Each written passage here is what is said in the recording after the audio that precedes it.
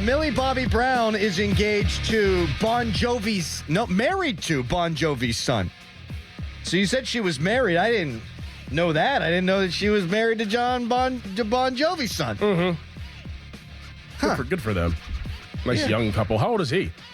Good question. I don't know. She's 20, which that's like a big life comes at you fast deal right there. Like, I mean, I hate to say this, but they're destined to get divorced at some point. Too young. Way too young. Way too young. I got married at 25. We're happily married. It's my wife's birthday today. Love you. Happy birthday. But 25 is young. Especially being a celebrity. 20? Jake Bon Jovi is 22 years old. 22. 20 and 22. Young love. Jeff Hathhorn joins us now on the Fan Hotline, presented by Sullivan Super Service, Pittsburgh Trusted Plumbing and HVAC provider for over 50 years. Are you a fan of Stranger Things, Jeff? No, my daughter is. She's tried to get me hooked. By the way, is Jake working down on the docks, down on his luck a little bit?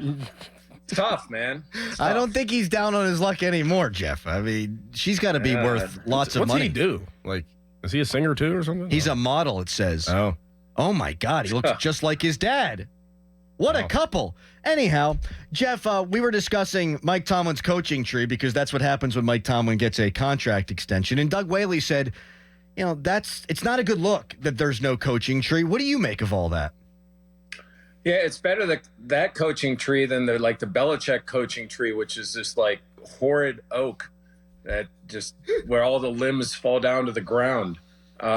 Yeah, I mean, there's not, and I'll say this for Tomlin, he's had a ton of veteran coaches, guys like Dick LeBeau. As Wisenhunt really isn't his tree. That's Cowher before him. There have been some swings and misses in that group, but yeah, I mean, I think that's a fair criticism of him. He hasn't had young coaches that have developed. Now, I'll say this, maybe Tom Arth, Zach Azzani, the new quarterbacks and wide receiver coaches, maybe they'll be that next generation. And maybe as Tomlin says he's improved, maybe that's where he will improve. He'll look to some of these younger guys, and maybe a coaching tree will sprout. Jeff, Najee Harris missed the first day of minicamp, and the second day he didn't practice. Do we read into anything that is going on with Najee Harris? I know he was, excused for the first practice, and then Tomlin basically poo-pooed him not practicing yesterday, saying that it gives him the opportunity to look at other guys, blah, blah, blah, like Cam Hayward. Do we look into anything with Najee Harris not participating 2 days in minicamp? I'm not yet. I mean, there was a little, hint of injury as to a reason that Najee and that they didn't want to push anything at this time of year. So I'm not going to go there yet. If he wouldn't have shown up at all during minicamp, then obviously that's something. But he was there. He was around the guys for part of practice. So I'm going to go with more injury or being cautious at this point than any kind of contract issue.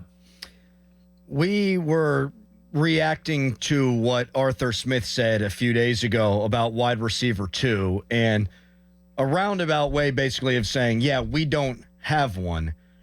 Where do you think they are on all of that? Do you think that they are continuing to dial out and try to make a deal, or are they satisfied with what they have in the building at this point? Well, one of the things I thought was interesting from yesterday was Pickens saying how much he's working in the slot and how he likes it. Whether they've sold him on it or whether it was the touchdown towards the end of last year, he's bought into this. Hey, I could make plays on linebackers and safeties. If I'm not just standing on the outside, it's hard to double me. It's hard for them to bring their best corner and shadow me. Maybe that is their plan. And then they just find a guy, and maybe that guy is Van Jefferson, that will just run on the outside. It's intriguing to think of him in the slot because you just think of him, okay, he's your outside guy. And Doran, you could speak to this, but he said that working on the inside is like, he called it working against crash dummies, because linebackers don't have the same type of intricate coverage skills. So they have a couple of plays, and I'm smarter than that, and I could make easy touchdowns, is the way he phrased it. Jeff, Holcomb Hearing some good news about him, Cole Holcomb coming back and maybe participating a little bit in training camp. That's a good sign, in my opinion, that has been leaked out there, that he has been responsive to his rehab. Yeah, and Mike Tomlin said as much, that that he is it's ahead of schedule, or it's on schedule. It's where the doctors want him to be. I mean, we see him walking around. He hasn't wanted to talk about it, and that's cool. I mean, you thought when the injury happened that, man, is this guy still going to be in black and gold this year? And here's the nice thing.